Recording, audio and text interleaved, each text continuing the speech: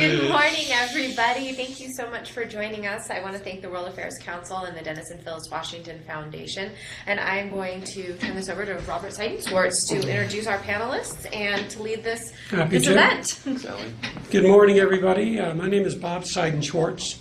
I'm the president for the Montana World Affairs Council, which is making this program possible. It's the council in the classroom. So I've got two very distinguished speakers. I'd like to introduce Dr. Bradley Layton and Arnie Sherman. So I'm going to ask them to give a little bit of a background on themselves, and then, of course, we'll describe what the discussion is going to be. And I want you to pay attention because you will be graded. So anybody, head on desk, looking the other way, writing, I'm watching you. You can see me, I can see you. So only kidding, guys. So I'd like to have Dr. Layton give a little bit of background on himself, please. Yeah.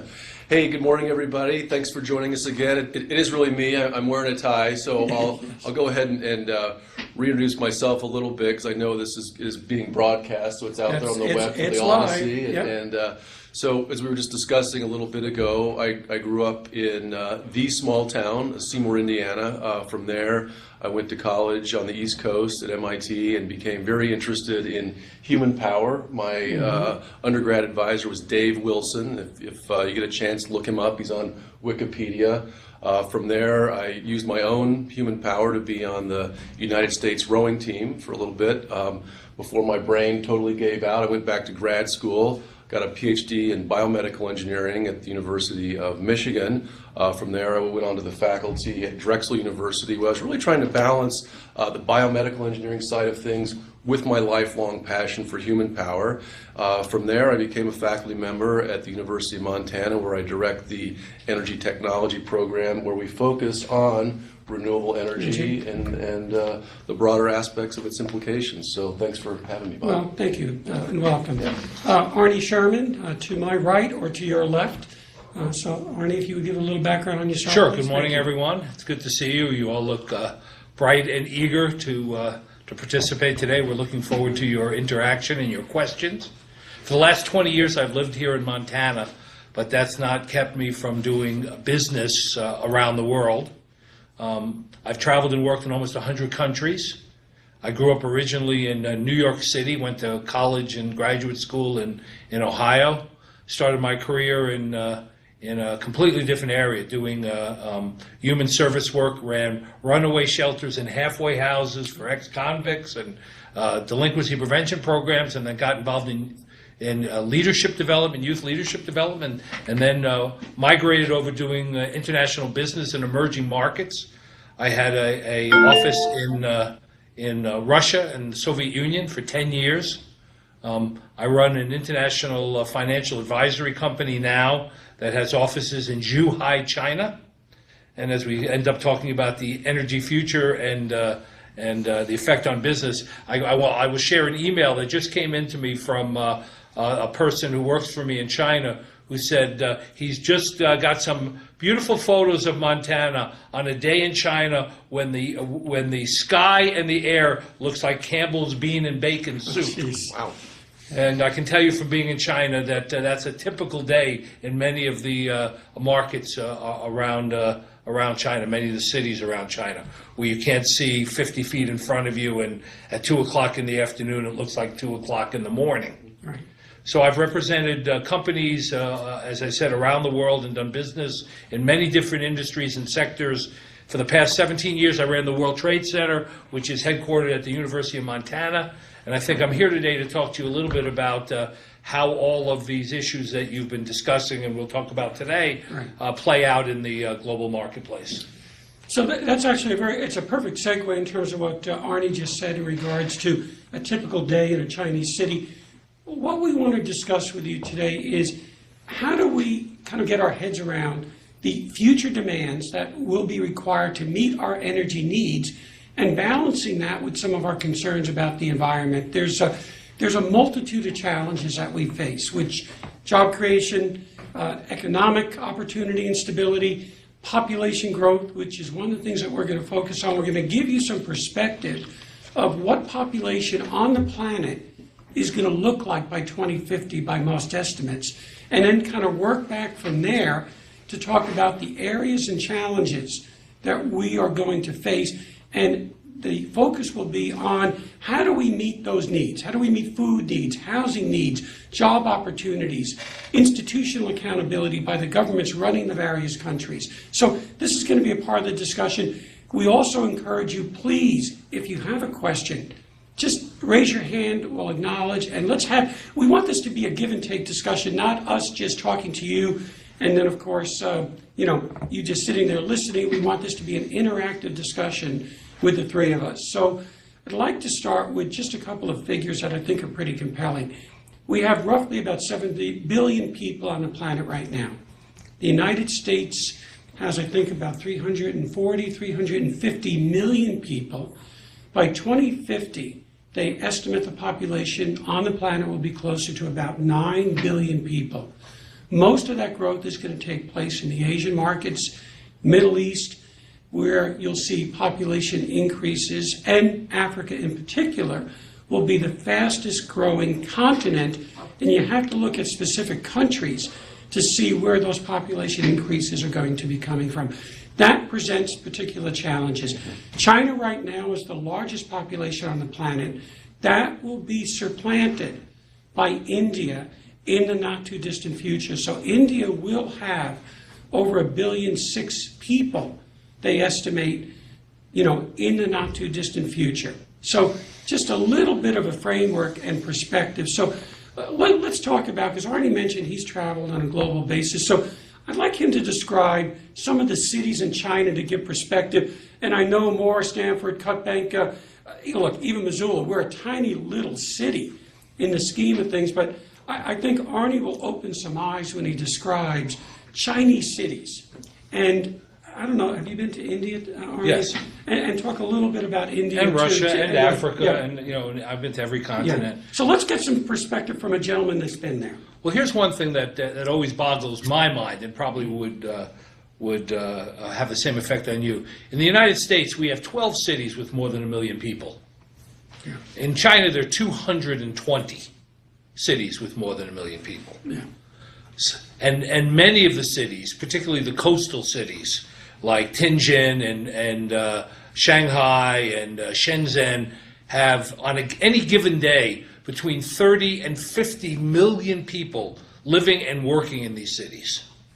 The issues of environment and human waste disposal and energy use are just beyond comprehension.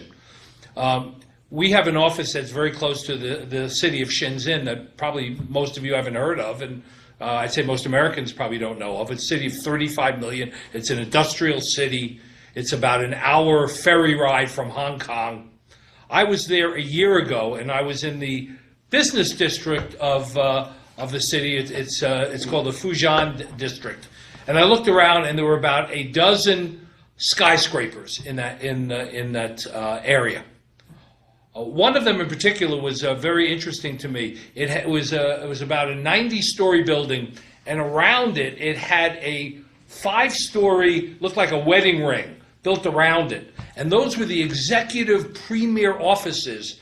And why they were executive and premier was they could move up and down the building to be above the smog and the clouds to allow the people to see a clear sky, which was, which demonstrated there was an anticipation that there wasn't going to be a clear sky for some time in the future to be able to build a building like that. I went back 1 year later, and on that same street there were another 40 skyscrapers that weren't there 1 year earlier. Wow. Half of the world's construction cranes are in one country, in China. On the other hand, you can look beside the population issues. There is a coal-fired power plant going online every single week in China, 50 a year. I flew inland 3.5 hours on a jet plane to a town called Xi'an, which is known because they have a thing called the Terracotta Warriors, which is a very interesting historical site. This is considered an agricultural farming town, and not very close to the big industrial centers. But I can tell you, I was there for 3 days, and the air quality reminded me of Blade Runner every single day. Wow. Good movie, by the way. Yeah. Great movie. The headlights were on all day long on cars. The power plants were spewing dust into the air. Right. You could wash a car and 20 minutes later go outside and write your name on it. That's how much pollution was coming out of the air. And I would say 10 or 15% of the people walking around Xi'an were wearing masks on a daily basis. And most of this is coming straight from the coal-fired power plants. Correct. Right? It just goes up in the air and comes down. Right. With very little control. And one of the shocking things to me when you think about would you really live there is I went by one of the new coal power plants that was spewing dust and smog into the air. And literally 100 yards away, they were building million-dollar condominiums and a whole village. When they build in China, if there's 5 or 6 buildings that they're going to build, they build them all simultaneously. They don't build them one at a time. And these were going to be million-dollar apartments within 100 yards of a power plant spewing, dust and smog and smoke into the air.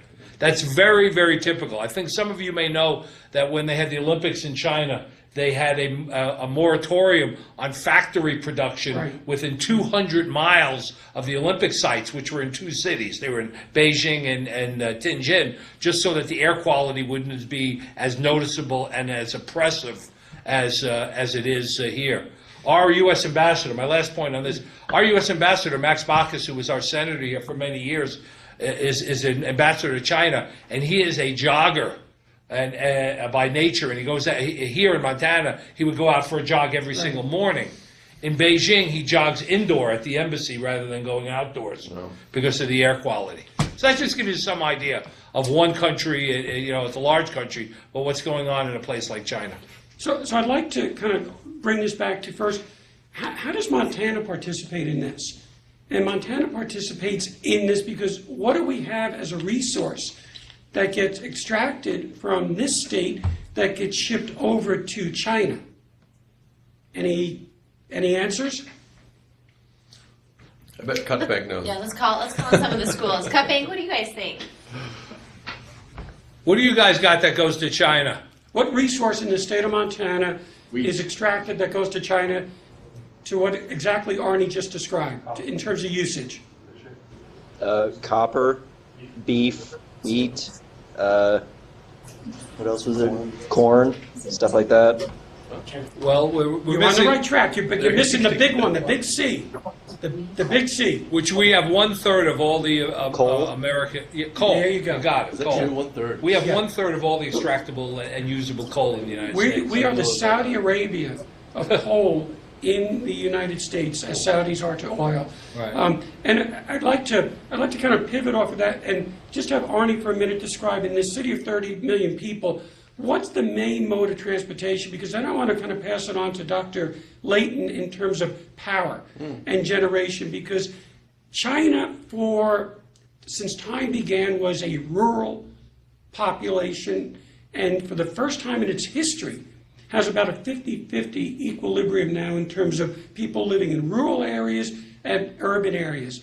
And that's one of the great challenges going forward, because on a global basis, they estimate 2030, 2035, the world's population will be 70% urban. And Living in the skyscrapers, at least. living in the skyscrapers in these dense urban areas, which means they're going to use a lot more energy. As you move from rural to urban, the energy usage component ratchets up exponentially. Right. So, Arnie, would you please tell us a Yeah, little bit about how do people get around, and then let's turn this into some of the energy equivalents. Well, in that the your last expertise is in. 20 years, there's been the largest human migration in the history of the world in China. We talk about immigration coming to the United States, and one of the biggest, movements here was when the Irish came to mine, and back in the previous century and previous century before that, and that was a few million. China has moved hundreds of millions of people. In China, you cannot move from the equivalent of one county to another without government permission. You can't relocate. So it's a planned, government strategy to relocate, and they've moved hundreds of millions. I can tell you, when I first went to China in 1991, you could go in Beijing, and there would be 1,000 bicycles for one car. You would go by Tiananmen Square, the infamous Tiananmen Square, and it would just be bicycles everywhere. I was actually afraid to be in a car because it looked like you were going to kill people on bicycles.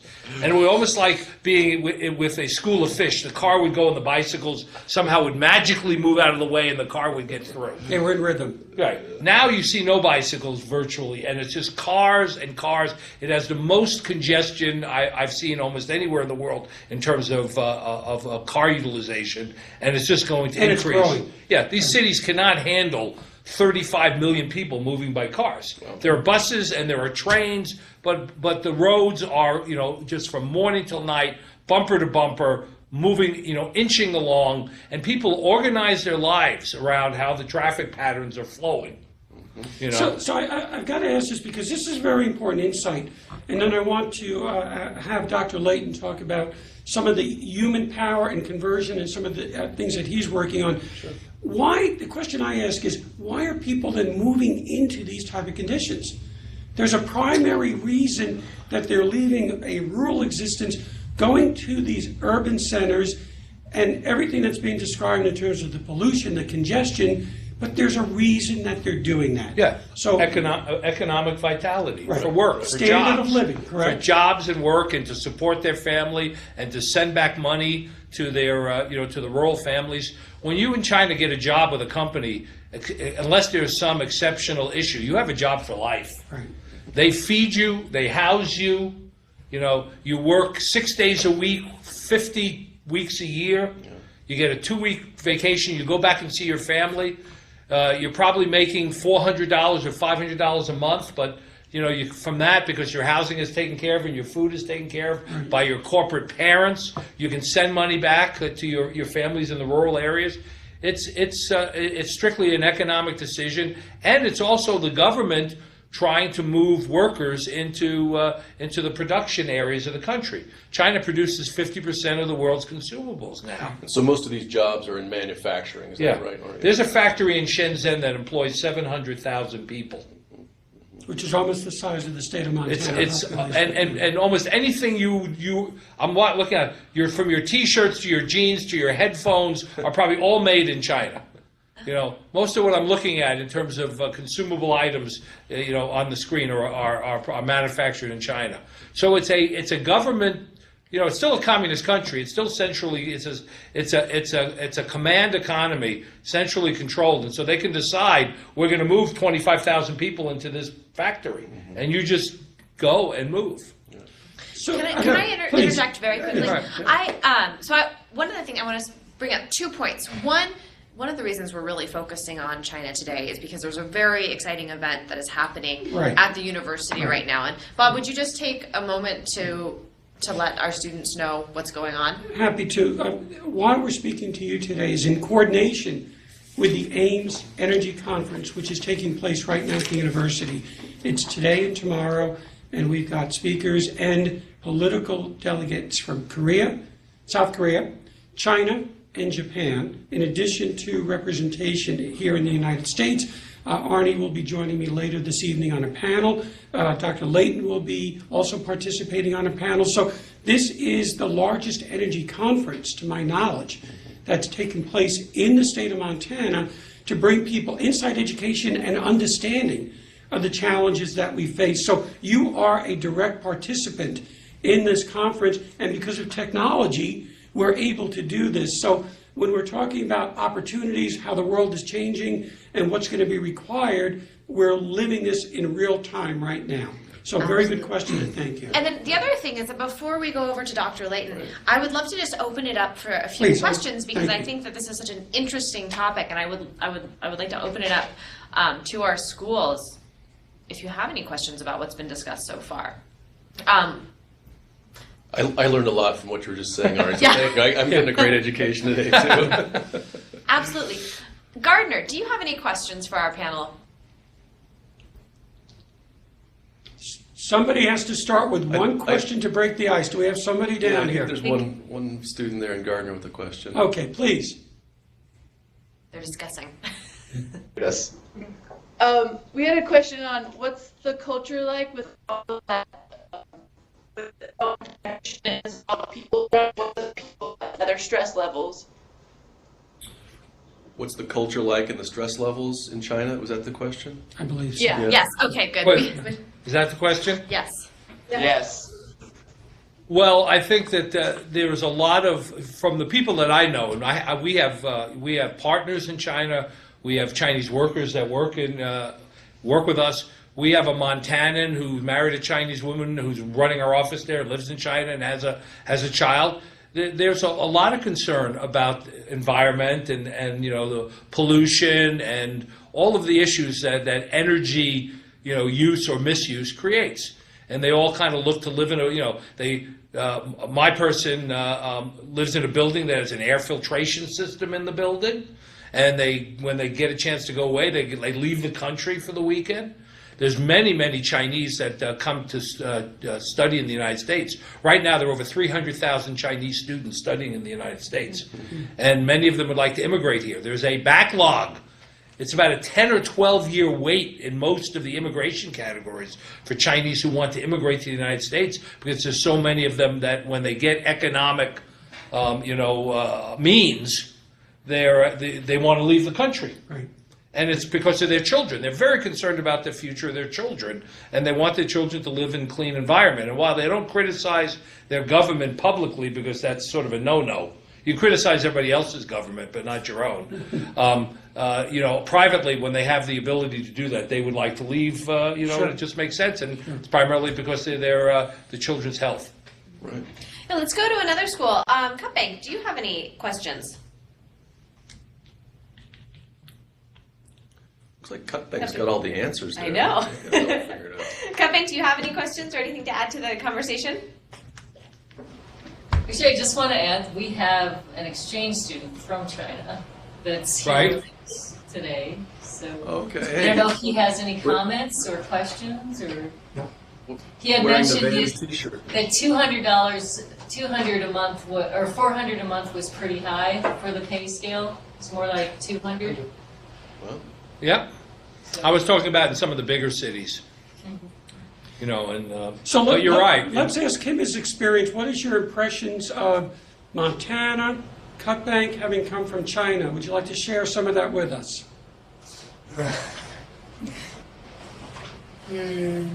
Wide open spaces, blue sky, cold winters. When I come, that's true. Montana, the weather in Montana is very good, and we can see the blue sky every day. But if you're in China, that's like dark. Where are you from in China? I'm from Shanghai. Okay, so yes, in Shanghai it's very unusual to have a beautiful clear day where you can see everything. In Shanghai, it's a beautiful city. There's tremendous development. I can tell you, and you probably know this, in your city, in Pudong, which is the other side of the river, which has many skyscrapers. How many skyscrapers in Pudong? I'm not in Pudong, so I'm not really sure. Well, how many big buildings in Pudong? There are a lot. I think a whole bunch. Yeah, well, I'd say there's several thousand, and I can tell you 15 years ago, 20 years ago, this part of the city was nothing but fields with bison, rice paddies and fields, and now there's hundreds and hundreds, as far as you can see, of what we would call here skyscrapers. And there are, on a typical day in Shanghai, between people living there and people visiting, 30-40 million people that have to live and work in the city. So to put that in perspective, that would be Montana, Idaho, Washington, Oregon, Nevada, Colorado, Utah, Arizona, New Mexico, and we exclude California combined. Yes. Population-wise, just in the western United States, compared to in one city. And when I'm there, I think about things, just think about it. The magnitude of the issues and the problems of human waste disposal, for example, or providing water to 30 or 40 million people, or what would happen if the power went out, Right. if there was a power failure. When you have so many people in such a small space, it's a marvel that the city planners and the city managers can maintain a city like that every single day and deal with the daily life issues. Hey, it's that like you going to have New York. Yeah. Every time I go back to New York, I'm in awe that this place works. Yeah, but it's amazing. 5 times the size. Yeah, I know. So let's let Dr. Layton, if there's no additional questions, I'd like to have him talk a little bit about what he looks at in relation to energy. Sure. And let's have, as you listen to him, think about this in terms of what we've just discussed and what Arnie has described in a place like China with such a massive population, and the needs are all driven by some type of energy consumption. Nothing that he just talked about happens unless there's deliverability of energy, and how that energy is derived comes in many different forms. The majority of it is from electric generation in terms of what these cities and what these areas have to use. So, Dr. Layton, if you'd give a little dissertation for us. Yeah, for sure. Thanks, Bob. And Arnie, great education there, bringing us up to speed on China. So I wanted to follow up with a question. I think it's the same question I asked about 3 weeks ago. Who was able to ride their bike to school today? Just want to get a show of hands. I'm just wondering if there are any more. I see one hand. Okay, so 2 hands maybe? I'm not sure. Because I think a few weeks ago, there was maybe only one person that rode their bike. I'm thinking now with the weather getting better, probably more of you are at least thinking about riding your bikes. When we talked last time, there were a few folks that lived within a couple miles of school. I was able to ride my bike today. I feel it's a privilege. We're very fortunate here in Missoula to have the bike lanes that we do. I do a lot of work with Bob Giordano at Free Cycles, and he says in a lot of ways Missoula is better than 90% of the cities in America in terms of our bicycle accessibility, and that does a lot to help the air quality. We're also very fortunate here in the United States that Missoula Valley, which actually has fairly bad air quality by Montana standards, we're lucky enough to receive some federal subsidies. Our federal government realizes that and says, hey, Missoula, we want to keep your air clean. And there's a little bit of money that flows in to improve our bike paths. So even yesterday, I discovered, gosh, there's a neat new little way to get through town and avoid the cars. And even this morning, I got here around 8. Allie and I were in the lecture hall here, and I said, gosh, do I have time to go get my business cards from my office? Because I'm going to meet a lot of these Asian dignitaries today, and I thought, gosh, I'd love to let them know a little bit about our renewable energy technology at the University of Montana. We can deliver our program online, and as we're experiencing right now, that's the way that education is going. So it's like, well, I think maybe, I don't know, you think you can make it across town? So I was able to make it from right here at Montech, and we're on the other side of the river and on the other side of some busy streets. I was able to get to my office in 10 minutes and get back here, and the poor cars were sitting there waiting on each other, and everyone was kind of stuck in their little metal cubes. And it sounds like in a lot of ways, China, despite their progress, has maybe gone backwards a little bit. And unfortunately, from what Arnie was saying, everyone's kind of stuck in their cars and honking and breathing all this exhaust. So in a lot of ways, we're very lucky to have the foresight in this country to keep our air clean and all that. So that's something I feel really lucky about. So if whatever you can do in your community, tell me a little bit about how safe you feel riding your bike, or reasons for maybe not riding your bicycle to get around.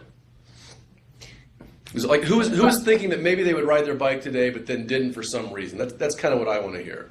I'm also curious, if I remember correctly, Stanford had some rather long commutes. So let's go to Stanford to hear from this. So I think there was one student there that raised his hand and said that maybe it was if I rode my bike to school, I'd have to ride it about 26 miles. Yeah, So, okay. Yeah. Okay. I don't know. And I bet you're in pretty good shape having to do that. Well, yeah, or you have to get up really early. So one of my colleagues, Dr. Shen, in my office, he's our electronics professor, is Chinese, and he said back when he was a child, when he was a student, he would in fact ride his bicycle 25 miles each way, and he did that really out of necessity in a lot of ways. I mean, there would be He had no choice. there would be lines. I mean, there were buses, but there would be these lines to get on the bus, and there just simply was not enough carbon fuel transportation to get him there. So he was more or less forced to. I choose to ride my bike because I feel like it's a luxury. I'm not stuck in traffic. I can, if I need to get on the sidewalk or get in a bike lane or get out in the middle of the road, I can always find a path. And so that's a freedom that I enjoy very much. So, Dr. Layton, when we're talking about, obviously, riding a bike is a very low impact Oh, sure. type of way of getting around for transportation, non-polluting, except we do have to make the tires and the spokes, so it does come from some Sure. extraction resource somewhere. But talk a little bit about what you see happening in the alternative energy world and how that relates to this discussion that we're having right now in regards to China. Because China, as much as we are telling a story of how horrific the issues are, also recognizes that they cannot sustain the current path that they are on. They Sure. don't have clean water. They know that pollution is causing a lot of death by citizens who have asthma and other types of diseases associated with this. So China is very much in the forefront of recognizing this, and so are the citizens. They are demanding change. They're not just sitting back passively and saying, hey, it's okay, standard of living is better, we'll deal with this. So give a little insight to on I the just want to add one alternative point, side. point to that. And they're looking at models like Iceland or Germany or Scandinavia, which have made significant commitments to alternative energy. And you might want to talk about what's happening there. Right. So and herein lies the problem. So we met, one of the first questions that you were asked is, what's a big major export to China? And the answer was coal, of course. And what do we typically use coal to do? Well, we use it to make electricity. Right. One upside, and Bob was talking about earlier how people moving into the city might intensify the energy per person. And if you remember a few weeks ago, we talked about the fact that each one of us uses 10 megajoules per day for our own metabolic energy. The average person uses 200 megajoules per day. The average North American is at 1,200. We've talked about that. Well, one upside typically of moving into cities is a lot of times the energy per person can go down. You don't have to drive 25 miles to get to the city. And so what we're likely to see, hopefully we'll see more of, are electric cars in big cities in China, which don't have the emissions. The problem is the coal is elsewhere. And I wanted to share with you some solutions actually that are happening right now in Montana. I've been working with a colleague. This is down in Stevensville, Montana, and this is a great story. So it comes from just one little family who heats their house with wood. We've been doing some other work with Darby High School. They were able to get a nice grant from the USDA to heat their school with wood. As you know, there's a lot of dead wood sitting around in Montana. In fact, we're sitting Beetle kill. In fact, we're sitting right in front of a beetle kill piece of artwork. So where I'm going with this is the energy per person sometimes can go down when you move to a city, but the technology that I'm describing, it's and this is a great little story. So if you get a chance, look up a Montanan by the name of Craig Thomas. He's one of my heroes, and he's got a book out there called Regurgitations of a Montana Forester, and probably a lot of you have dads and grandpas like this, but the story came out of just their own little family. He heats his house with wood. Well, as we know, just like when you burn coal or you burn wood, you're going to get some smoke.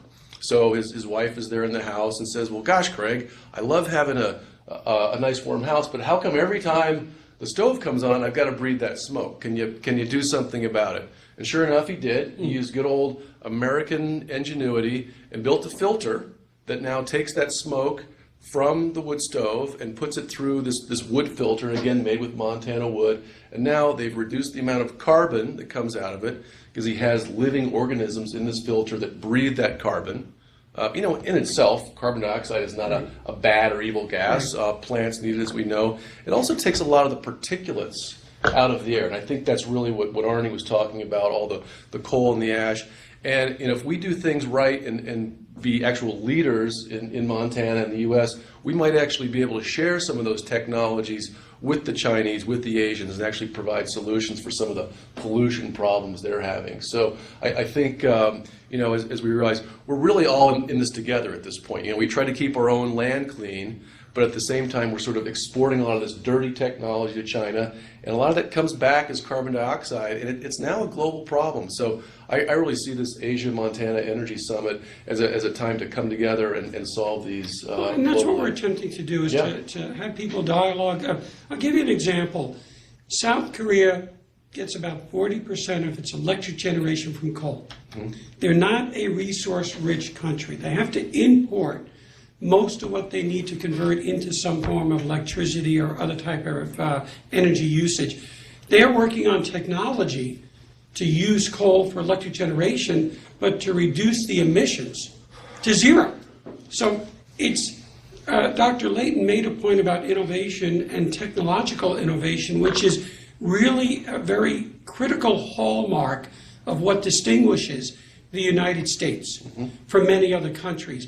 You're a part of that. What your role may be in the future, yet to be determined. But please understand that innovation has been able to lend itself to many of the dire prophecies that were made years ago in terms of population, food, running out of resources. I was looking back on several environmental prophecies about doomsday that did not come to pass. Now, we can debate and discuss whether we should or shouldn't, but because of innovations that took place to meet these challenges, we were able to not have some of these things come to pass. So just an important takeaway for you to think about, how do you address these issues? Then the discussion becomes, should we?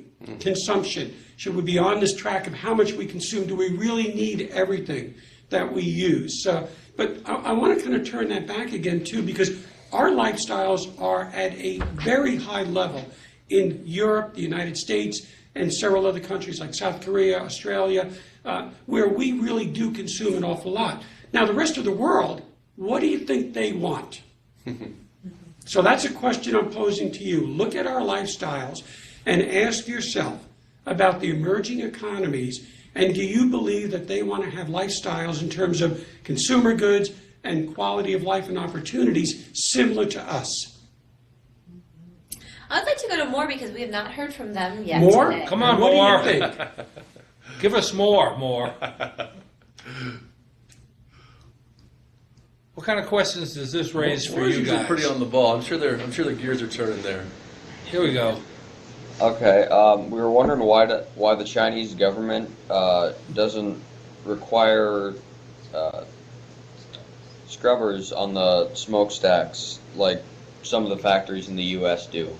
That's a great question. Great question. It's a good question, and I think some of it is the reason we have scrubbers is because there was litigation and there was demand from the populace to do it, and there was the effects of the pollutants in the air and the particulates in the air.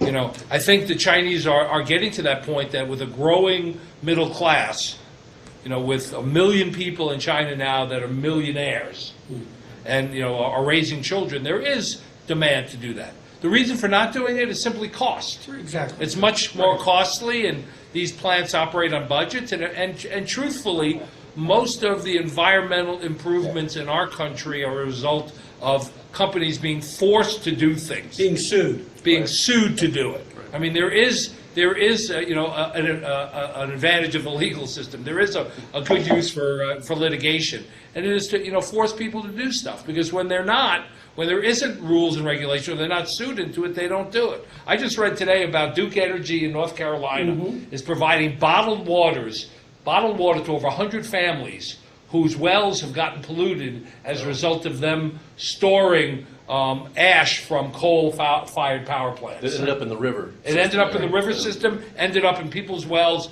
and they've been drinking it for a while, and now they can't drink it anymore, and the power company is offering bottled water to them. Okay, we got 2 questions. We'll go to the young lady first. We'll get to the gentleman right after that. So please. More. Yep. Yes. Okay.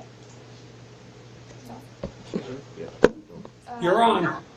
Who owns all the factories in China? The government. Well, who owns the factory? Most of them are considered privately owned by the energy companies, but the government owns a piece of almost all of them. So they're public-private in most cases. So the government owns a stake in the business, and then there's a private energy, publicly traded energy company that has, the coal plants. There's also, let's not forget, there's 26 nuclear power plants in China as well. And more being built. And 22 more being built. Right.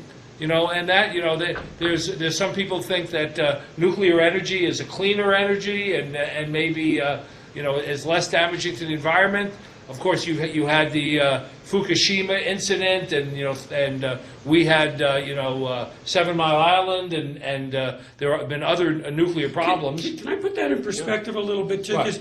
Because Arnie just mentioned something about nuclear energy. And if you look at what the potential could be if a facility does melt down, I don't want to imagine what the amount of possible health and death issues could be. But if you actually look at how many people have died or been affected when there has been a nuclear accident compared to coal-fired plants on a global basis, there's no comparison. So one of the things about having a discussion is getting perspective, getting information to be able to assess accurately a discussion so that it's not just one-sided. And I will fully admit I have a bias positively towards nuclear energy in terms of meeting and reducing carbon emissions, because there is no scalable entity that produces electricity without emissions that nuclear energy does at this current time. There's problems, there's issues, there's storage, so nothing is ever without issues. But if you're looking at base load, and what I mean by base load is supplying a continuous ongoing supply of electric generation when you need it at night and day, and not polluting, nuclear energy is one of the bridges to this alternative energy future. And it's not talked about all that much, although there are 437 nuclear reactors in the world, and 99 of them are in the United States. We have almost 100 of them operating here. So, it is a proven model, and we've had one incident. India, Russia, China, Saudi Arabia, which has vast amounts of oil. I think it's either Kuwait or one of the Emirates is going to be building a nuclear facility. And of course, everybody's favorite, Iran. Yeah, right. There was another question for more, wasn't there? Yes, and the gentleman in the orange shirt. Orange shirt. If there is so many of these companies that are producing electricity in China, what is the most pollution coming from? Dr. Layton, would you like to address that? Well, I think most of it is coming from coal. I mean, as Arnie was saying, a lot of times, and you'll see this too, and the same thing happens in Montana. And we have a problem in that we have an excess, an abundance of energy. And you can look to wind, you can look to the sun. I did not know this, but we have 1/3 of America's coal. And transmission becomes an issue. So right now, we have so much renewable energy resources, we don't have the transmission to get it out of Montana. I've been approached by actually a gentleman from Belgium who has a large plot of land here in Montana, and he would love to build wind turbines. He would love to build wind turbines and pipe that energy out of Montana down to, say, Las Vegas, maybe to California. Washington, for example, says, hey, we don't want dirty energy anymore. We want renewable energy, but we need to actually put in the copper, put in the infrastructure so that we can do that. Back in China, back to your question, they may not have that option. They're sort of taking the cheap and dirty route, taking the coal that we're giving to them, but then they have to live with it, because they'll say, hey, well, we've got the city here, that's the manufacturing plant here that's using all this electricity, needs all that energy. The coal-fired power plant better be nearby so that we don't have to build all those long transmission lines that Montana's kind of having the problems with. You're going to see, I don't want to focus exclusively on China. I mean, you're going to see a lot of this in other developing countries. There's 1.5 billion people on this planet that don't have electricity. It's actually 2 billion people do not have access to any electricity. Another 3 billion people have intermittent access to electricity, which means that they get it, but it may not be there several hours during the day. And how many in India?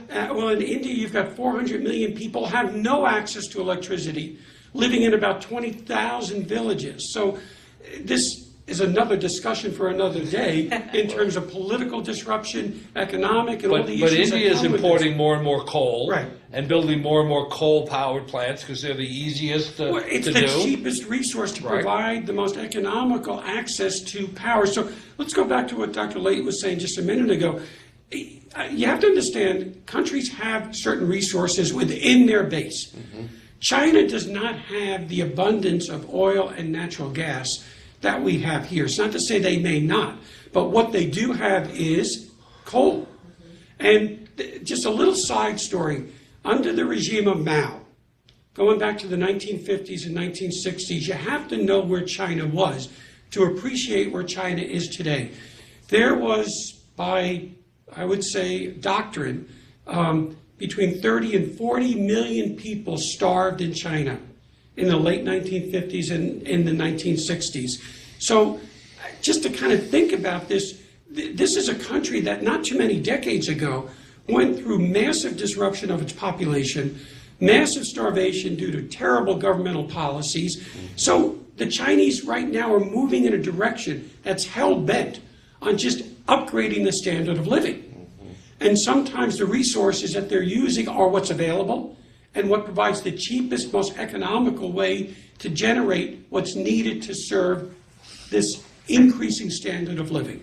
I just want to make everybody aware that it's closing in on 10 o'clock, and so I want to get to our other schools for questions. I'm sorry. That's we've okay. just been- It's such a great topic. There's so much to say. I also want to let the schools know, while everyone is still here, because a few of you will have to pop out early, I know, that if your questions did not get answered, if you email those questions or have your teachers email those to me, I will pass them on to our panel, and we can continue this discussion via email, because there's some really important things and topics that we've been discussing So today. we've got a couple of minutes. We have a couple minutes. So We have about let's 5 more ask our minutes. schools, Yep. what have you learned today? What are some of the things that opened your eyes that may have surprised you?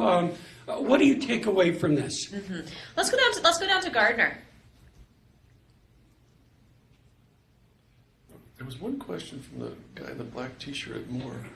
Who's somebody? Unless Gardner's. Oh, here's Gardner. Yeah. It's working.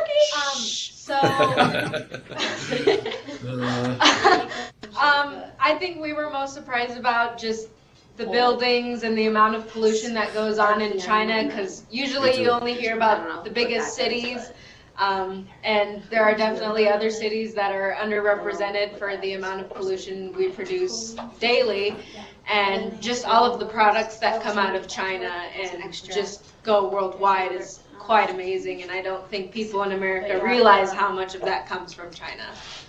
Right. Yep. Absolutely. Let's move over to Stanford. Stanford, what do we got? You got a big group there. Talk to us. Let me hear something. They're doing a little pre-conversing. I don't know if they're. Are they cooked? Are they? Here we go. I think they're connected. Sure. What will it take to change? What do you guys think will take to change the American attitude toward things like bicycles, where they're regarded as something for? Well, I think it's one of those things where you just have to lead by example. You know, I for a while I would kind of get angry about it and say, gosh, why don't more people ride their bikes? But, you know, having community groups like Free Cycles, we're really lucky to have guys like Bob Giordano in town, and just leading by example. You know, as we It takes see, time, doesn't it? And as we see, you know, people want to move here for our quality of life. They come and see Portland, they come and see Missoula. Like, gosh, you know, these guys have kind of figured it out, and we don't have to have maybe these insecurities over energy security. Just use your own human power. I think there's a big key to just starting with yourself and your own behavior, and people will follow. Is my answer to that. Right, and you know, as it becomes cooler to do, I mean, I know somebody who is a billionaire who just bought a Tesla. Okay. Not because they're concerned about energy consumption, because their other car is an Escalade. Sure. It's because it's a cool That's car. right, yeah. Right. You know, and Tesla's going to be coming out in 2017 with a $35,000 version, Right. which will make it much more accessible to average people. Yep. And they'll be cool, and people will start moving to electric cars and then buy. I mean, you lead by example. You lead by making it cool and trendy and hip and popular, and it starts happening. Yep. Good question. Good questions, Tim. Good question. Do you have any others, or should we? There was one more. More? More. I don't know. Unless Stanford had another one. Go ahead. Go ahead, more. Okay, for our takeaway, we kind of noticed that China limits a lot of things, but they're not exactly controlling the pollution that people are outputting. No, they're not. They have made a political determination that economic growth and keeping their economy churning at 7 or 8% growth a year, which is staggeringly high. I mean, the U.S. economy grew this last quarter by 0.2%. Yeah, how's that policy working? If we do 2% a year, we're happy. Right. They've grown at 7 or 8% or higher for the last decade or so. That they need energy to drive that, and they're building more nuclear and they're doing other things, but it's predominantly reliant on coal. We got a gentleman right there, black T-shirt. You got your hand up. Yes. So if we have so many alternatives to pollution, then why aren't we using them? That is a fantastic question. I asked the same question back in 2004 or 5. That was the paper that I started out with in 2008. And gosh, as Arnie just said, a lot of it comes down to money. A lot of it comes down to a little bit of economics, and unfortunately, a lot of times we just go with the quick and dirty solution. And I think in a lot of ways we do have the luxury in this country to come up with some really neat technologies. In fact, there's a new technology I just came out of Stanford where they're using similar photovoltaic technology to bring in radiation from the sun that actually creates a cooling effect and shoots back radiation through the CO2 spectrum. So as Bob was saying earlier, we have the luxury now of developing technologies that can solve a lot of the problems that our dirty ones are. So, and that's where our science, technology, engineering, math. But what's happening on the other side is with fracking like we're doing in Montana and North Dakota, and producing an abundance, or in some cases an overabundance of oil and natural gas, with oil prices down in the $2.50 range or lower. The pressure is off. Right. If you go to Canada, some of you you go to Canada, it's $6, $7, $8 a gallon for gasoline even now. And they're more concerned about their energy consumption. Yeah. When cigarettes went to $15 or $20 a pack, that probably had as much of an effect on stopping smoking as the warning on the side. It created a heck of a black market for cigarettes too. Exactly. And I will be in Dr. Layton's class early in May, and this is one of the issues that I would like to focus on, exactly to your question, because this is very complicated. It's a perfect question. It's not a simple answer. Nope. There's many different segments that you have to kind of understand in terms of economics, politics, availability of resource, infrastructure, regulatory environment. So there's a multitude of issues that go into this funnel that then come down into what and why and how we use energy and resources. I will tell you these changes are coming. Right. They may not come fast enough for some people. They may come in different forms than what we expect them to be, but they are taking place. And let's not forget, the big oil and gas companies don't want you to use less of their product. They have their own self-interest at stake, and they have a lot of money to spend to educate and advise and influence the public, to their betterment. Right.